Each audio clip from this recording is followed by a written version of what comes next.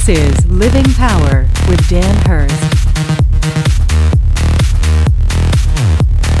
So, the Gospel of Matthew.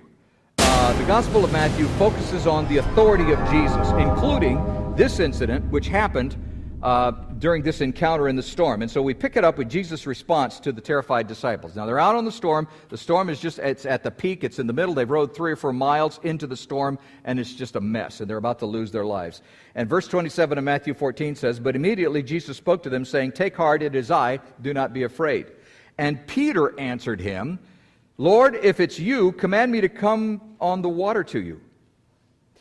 And he said, 'Come.'" So that is the scariest answer that you could come up with. If I'd have been Peter, I was like, let's talk this over. Why don't you come to us, Jesus? Why don't you just come on over to the boat, get in the boat, let's talk this over. No, Jesus says, okay, come. So Peter got out of the boat and walked on the water and came to Jesus. By the way, when I was a boy, I always thought, well, how did he get out of the boat? He just kind of opened the door and walked out. There's no door on the boat. He had to jump over the railing to get out onto the water. Think about that. So he jumps over the railing onto the water. Now, I don't know if Peter thought he was going to walk, which would have been quite a surprise, thinking he was going to actually have to swim, and all of a sudden, he hits hard ground. The water doesn't let him sink.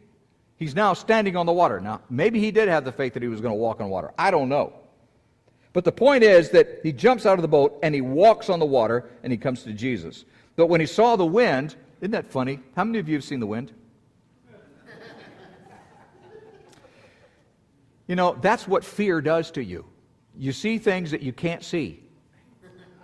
And when he saw the wind, he was afraid. Now, obviously, he saw the storm. He saw the effects of the storm. And he began to sink, and he cried out, "Lord, save me." And Jesus immediately reached out his hand and took hold of him, saying, "Oh, you of little faith, why did you doubt?"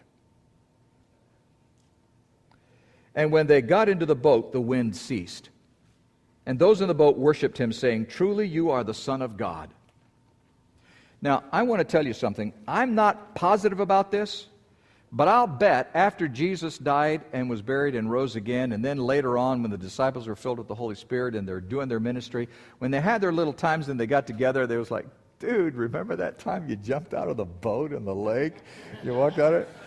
What were you thinking, man? Are you nuts?" You know? And Peter's like, I don't know. You know, it just seemed to do like the right thing to do at that time. I don't know. You know, it was just all of these things. And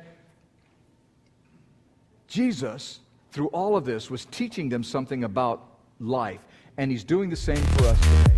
On behalf of Dan Hurst and the Open Class, we want to thank you for watching. We hope it was a blessing.